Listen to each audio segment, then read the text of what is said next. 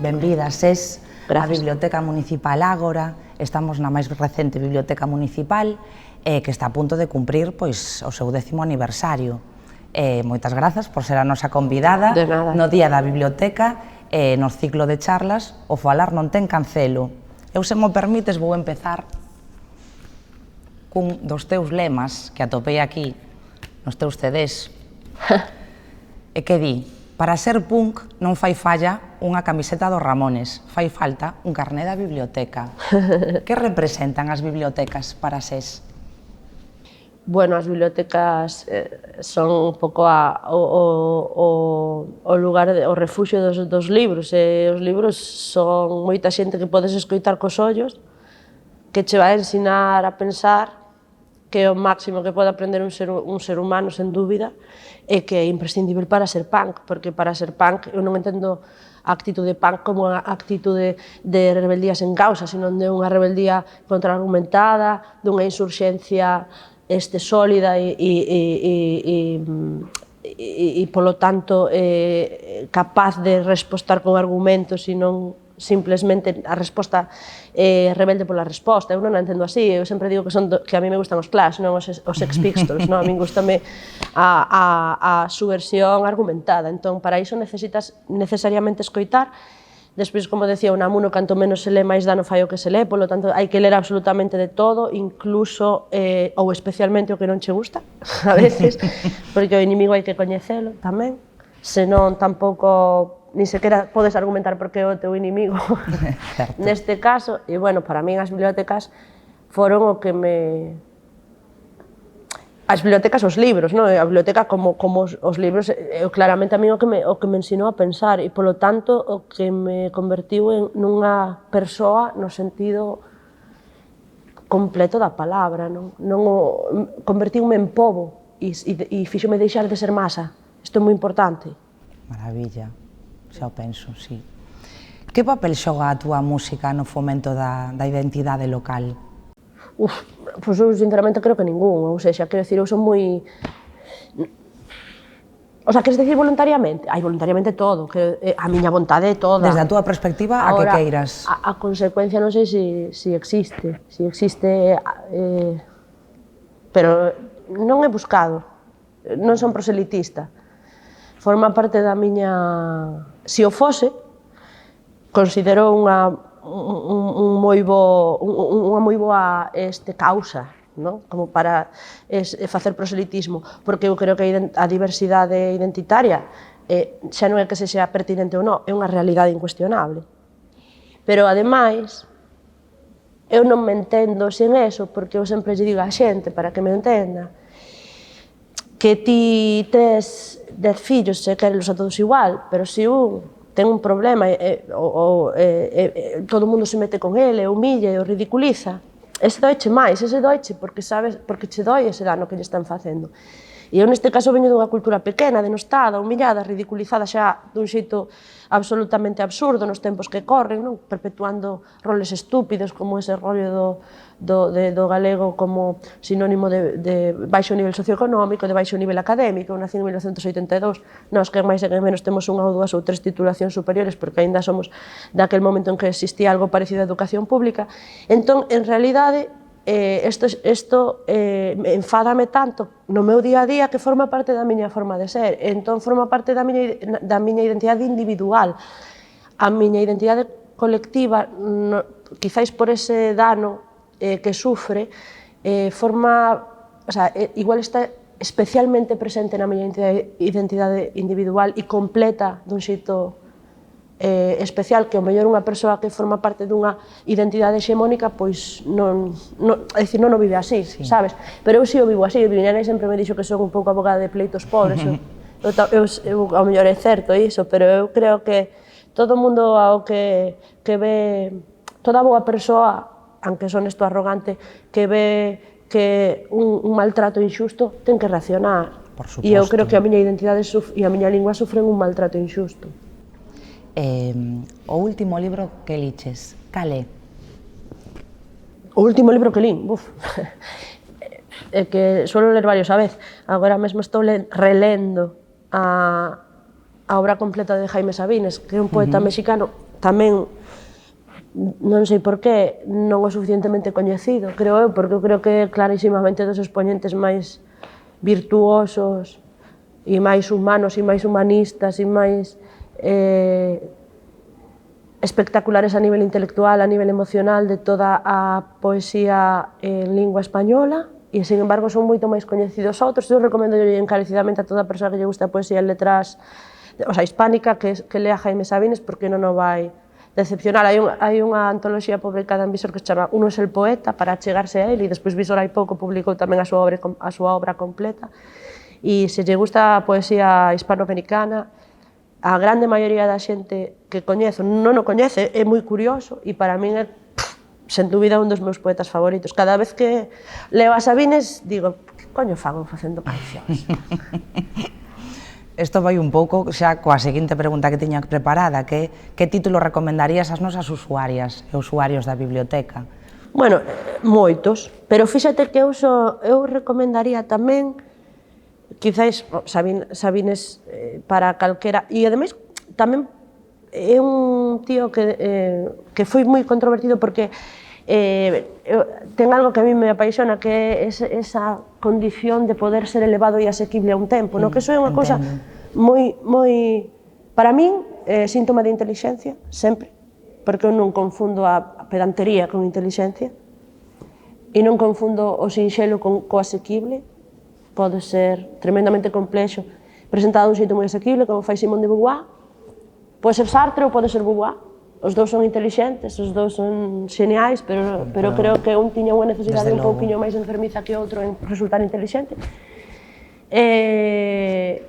Creo que Jaime ten esta capacidade de que se o lees podes entender cousas moi transcendentais, e entonces esa xente que dice que eu non entendo a poesía e non entendo como a poesía gusta, igual con el pode entender, porque é real. E despois recomendaría así, moi grosso modo, determinados, o sea, que a xente nova, sobre todo a xente nova, se achegue aos clásicos, porque nos clásicos, salvando os códigos, porque cada xeración ten un código, e non de 100 en 100 anos, de 10 en 10 anos. Eu creo que hai determinados clásicos que sempre hai que ir a eles, do século XIX, do século XX, que hai que ir a eles, non desde, non sei, por exemplo, algo que é prácticamente imposible que non lle guste, como el túnel, por exemplo, de Sábato, a, non sei, ou a incluso algo máis, El extranjero, por exemplo, de Camino, ou cousas que estou dicindo, eu teño unha irmán a que lle levo 17 anos, e estou dicindo cousas que eu lle recomendei a miña irmán para ler, cando miña irmán tiña 16 e eu tiña 30 e pico anos. E entón eu lle decía, non confundas o fácil co asequible, porque Gloria Fuertes é asequible, pero non é fácil. Ninguén pode escribir sobre ela como ela. Eses, as Mr. Wonderful e Mr. Wonderfulos que intentan escribir como Gloria, para min o único que fan é un pouco el mamarracho. Absolutamente. Entón, claro, neste sentido, para estas rapazas e rapaces aos que lles gusta a poesía, creo que, por exemplo, Gloria Fuertes tamén é un clásico. Casualmente, ao que non se lle dou o mérito que tiña, non sabemos por qué. Non sabemos por qué, ao mellor se fora un home, seguramente... Sí, a literatura infantil, pero... Bueno, eso. Despois esos clásicos. Sobre todo, quizáis, non sei, tamén do século XIX a mí me gustaba moita literatura rusa, por exemplo, un... Crime e Castigo, por exemplo, me parece... E despois cousas tamén moi livianas, que a min sempre me gustaron moitísimo, tipo Agatha Christie, que me parece, sigue parecéndome unha xenia, unha xenialidade, un 10 negritos, un asasinato no Oriente Express, algo así é maravilloso. Mantén o seu tirón, na biblioteca prestamos aínda moitísimo. É que non hai ninguén como ela, ninguén. É que a día de hoxe para mí non hai ninguén como ela, absolutamente. Que queren, pero querer non é poder. Exacto. Claro. Con que personaxe literaria tomarías unha cervexa? Púa. Personaxe ou autora? Persoaxe. Personaxe, a ser posible. Logo falamos de autora tamén se queres. Femininas e masculinas, podo elixir? O que ti queiras. É que... Tenía que ser quedada multitudinaria logo. Manifa, case, Joder, pois con moitos, non? Porque a mí me atraen desde... Eso, pois desde as personaxes, a espesura psicolóxica de personaxes como o propio Raskolnikov, non? De Crime e Castigo, até... Supoño, tamén me gusta moito, por exemplo, as personaxes, xa as imaxes trambóticas, como as personaxes de Mendoza, non? Das triloxía que me escarallo con el. Porque Xesucristo non vale, non? Hostia, se queres, vale, pero carajo, menuda caña. Pois sí, eu creo que con el. Porque o tipo... última resposta que esperaba. Sí, eu creo que se Jesucristo vivise, bueno, levaríamonos de puta madre. Porque eu son moito máis cristiana no meu día a día que todos os que van a misa. Eu si por exemplo, si me intento guiar por amar aos demais como a ti mesma, por tratar aos demais como che gustaría que che tratasen a ti, e despois Jesucristo foi un tipo tremendamente honesto, non? Hostia. Pois as cañas con Jesucristo parecenme unha fantasía, tremendo. Ademais a todo o mundo lle parecería así un hippie setentero, non? Quedaríamos ben.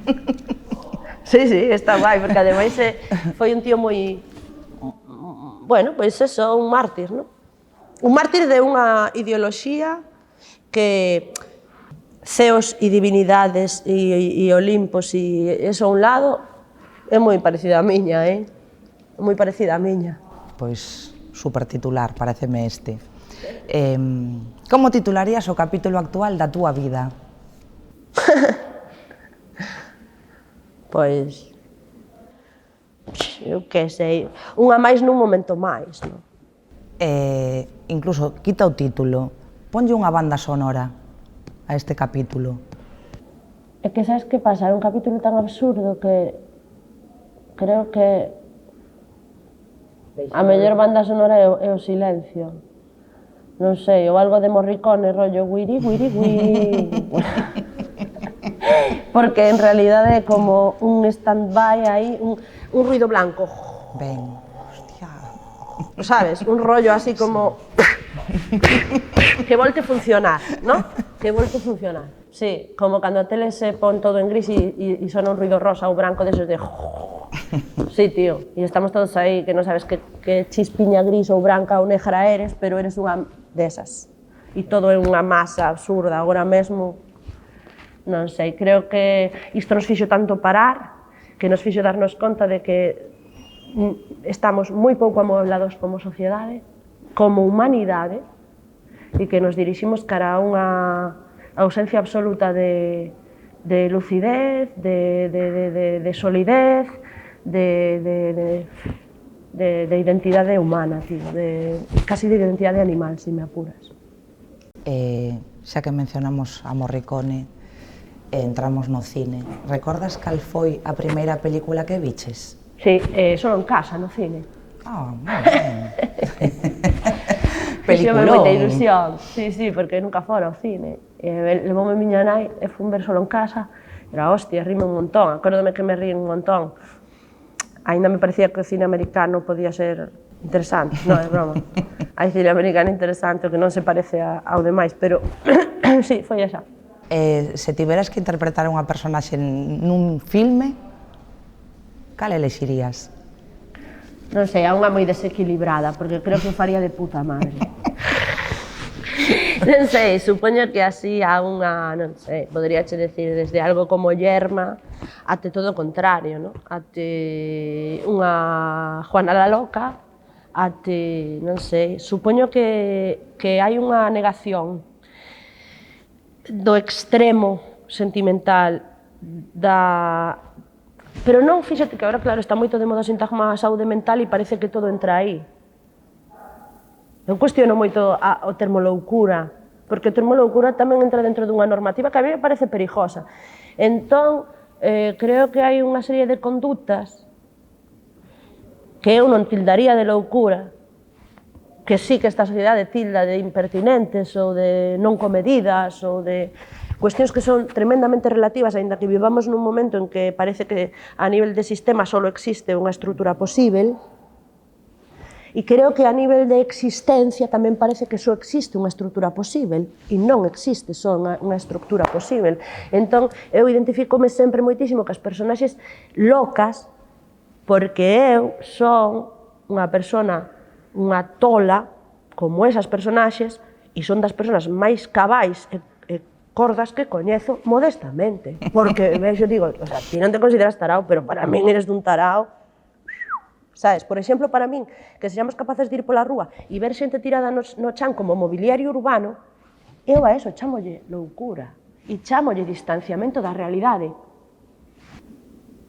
Non sei, avaliemos as nosas varas de medir. A min parecenme, bueno, non... Bueno, temos aquí algún dos teus traballos, como che comentaba antes, ainda falta algún, que ten por aí algún usuario ou usuaria da Biblio. Tes algún favorito? Sí, Hai que... Sí? Perfecto. Vale. Sí, pero este é mellor, creo. O sea, en este aprendí máis, pero este... É máis especial. Entre este aprendí máis. Entón, como eu valoro moito aprender, tronzar os valos pareceme que aí avancei moito en pouco tempo. De tronzar os valos ao poñerse non avancei tanto, pero avancei o suficiente como para que ese me resulte un pouco mellor. E tamén, ao mellor, en todos estes só hai 4 cancións que paguen a pena. E este ten unha sola, e ao mellor este ten 3. E onde atopas a inspiración para compoñer? Boa. En todo, tío, no que oio e que me doe, sabes?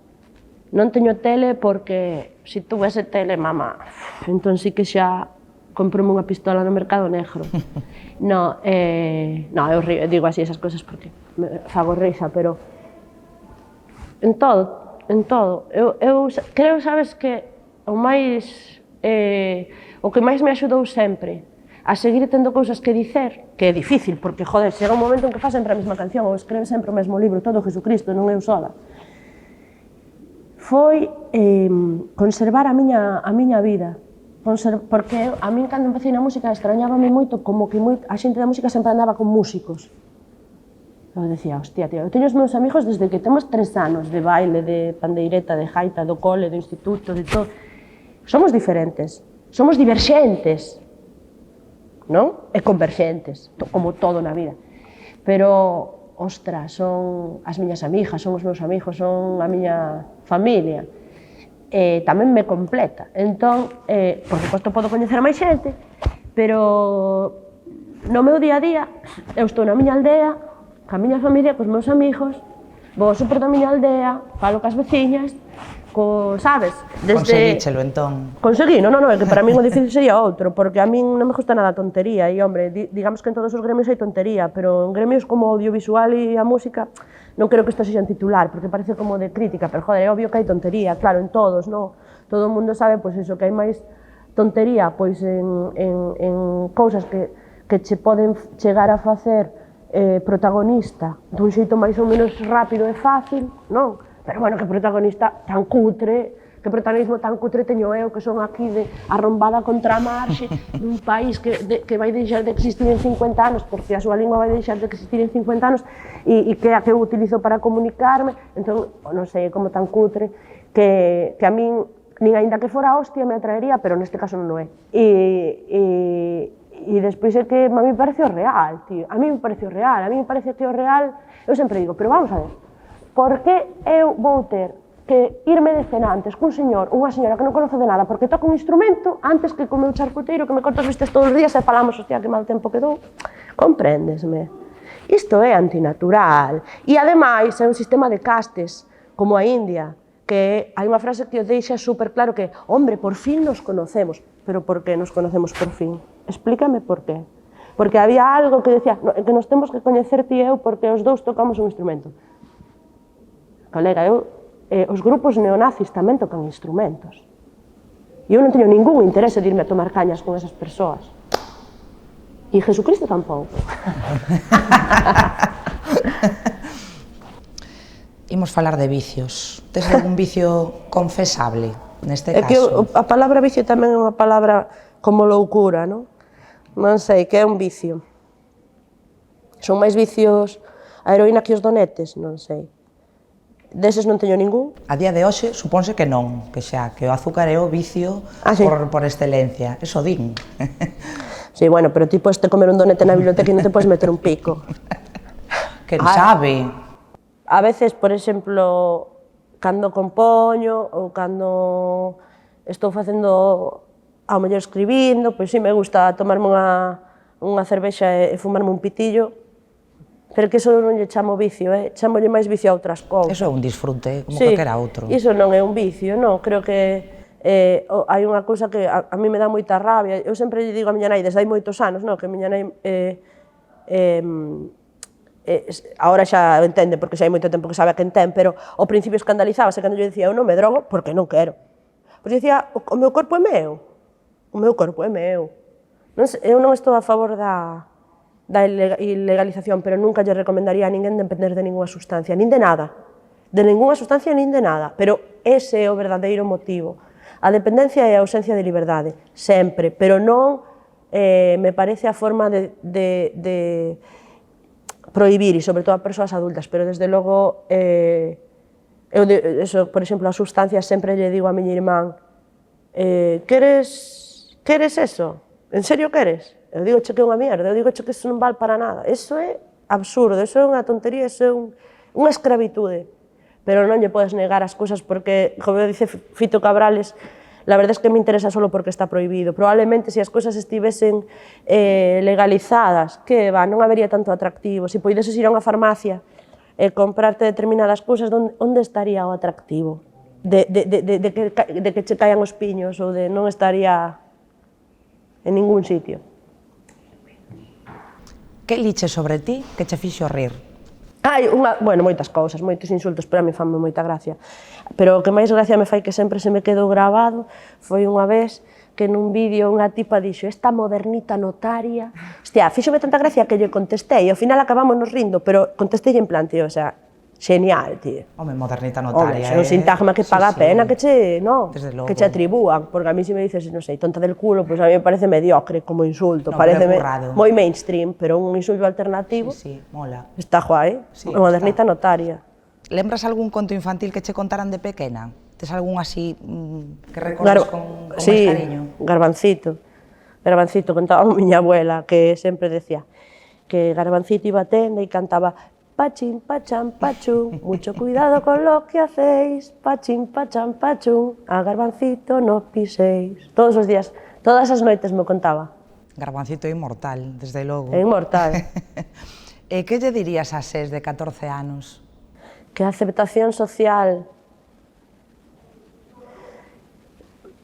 non é tan boa, que non é...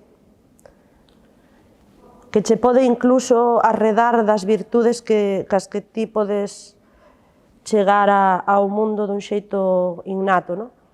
Creo que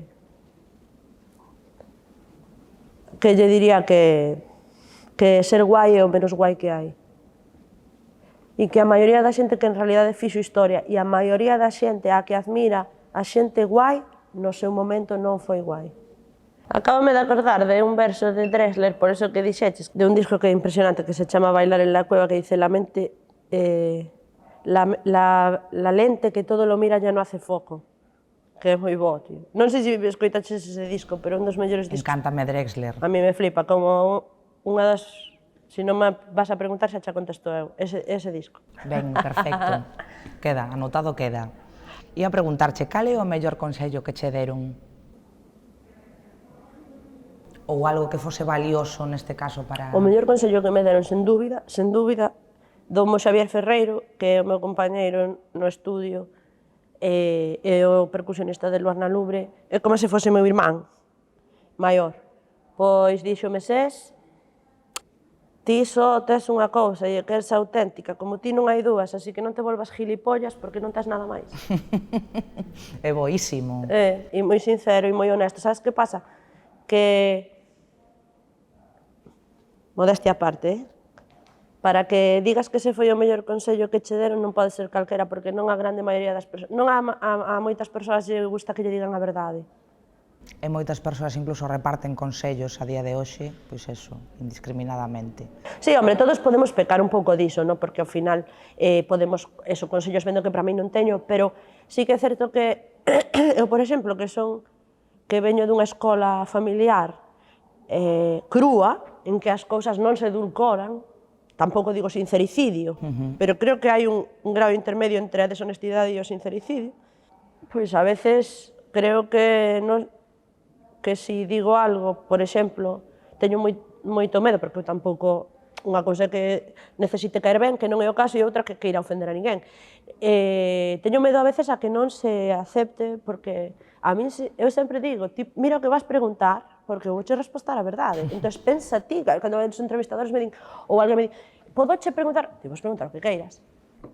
Pregúntate ti se estás disposto a escoitar a resposta, tío, sabes? Porque a resposta ao mellor non é a resposta que a ti che gustaría escoitar, pero eu cando pregunto, creo que sempre quero que me digan a verdade. Aunque me doia, claro que me doi como a todo mundo.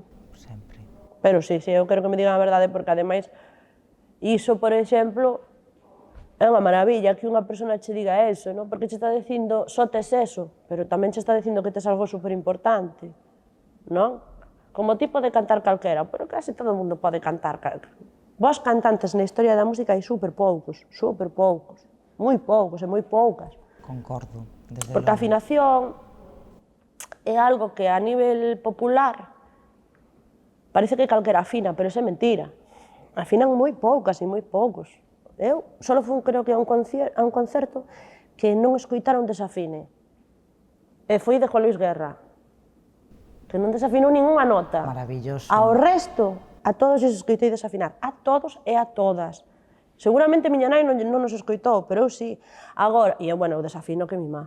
Pero eu considero que a afinación está sobrevalorada. Eu creo que dentro de unha orde, eso é como, salvando as distancias, non?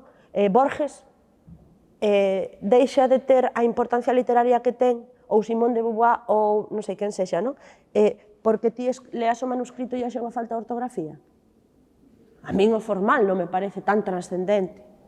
Hombre, un mínimo sí, pero non me parece tan trascendente. Lín ou escoitei, non recordo ben, nunha entrevista que che fixeron, que dicías, estou aquí non por saber cantar, senón porque sei pensar. Entón, é un pouco iso, ao final. Sempre. Realmente é a base. Desde Galileo até Le Corbusier, até...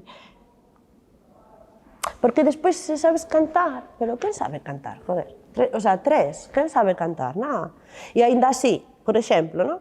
Peña que canta que diste, mima, como canta esta piba, non? Como, por exemplo, Silvia Pérez Cruz, que se che pira a olla, ou Diana Navarro, que se che pira a olla, pero, na realidade, Silvia Pérez Cruz, cando levanta teatros, cando canta La Llorona, ou cando canta este Cucurrucucu Paloma, que non o escribiu el, ao final hai un... O sea, por suposto que a intérprete que é, ou intérprete, pero neste caso, quizás as miñas favoritas son femininas, como por exemplo Mercedes Sosa, que nunca escribiu unha canción, pero era de cobre, a tía transmitía, ou Jenny Joplin, ou tal.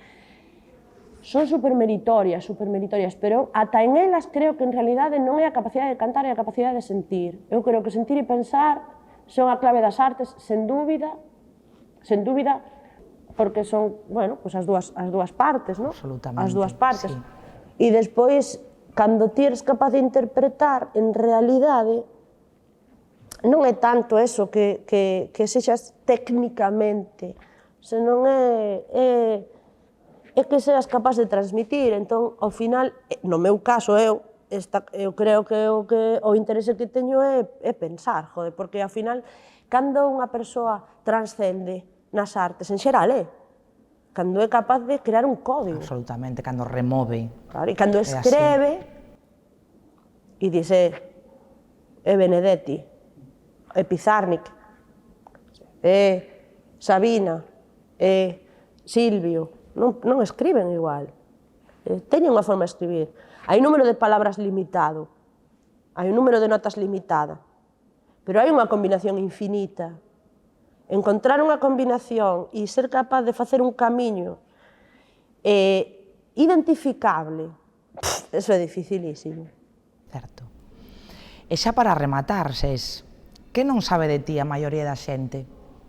Pois, sabes o que creo que non sabe de min, o mesmo que non sabe de ti, e da maioría das mulleres, que porque fale de determinada maneira, ou porque sexa vehemente, ou porque sexa agresiva xestualmente, desde que nacín, nin son arrogante, nin son prepotente, nin son nada que se lle pareza, e iso creo sinceramente, que a maioría dos homes aos que admiran probablemente os admiren por ter actitudes que en ti ou en min van criticar e van rexeitar de xeito visceral, que eu creo que máis que nada lles diría eso, que eso que creen de min é irrelevante porque non me coñecen, entón non me importa o que poida creer de min calquera, pero o que descoñecen de min, descoñecen de todas as mulleres as que prexulgan inxustamente, e iso sí que gustaríame que pensasen o mismo que penso eu mesma, que é até que punto temos interiorizado o patriarcado e determinadas pirámides que nos provoca verdadeiro rexeitamento visceral, o sea, manía, pía, que diríamos aquí. Hostia, tío, esta piba de que se vai, non? De que se vai? O problema non é que ti penses de que me vou, que non me vou de absolutamente nada, que eso é o que lle diría. O que non saben de min é que non me vou de absolutamente nada e de que teño moi presente de que o día que palme, palmei.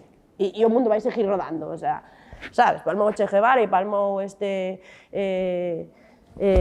sei, todas.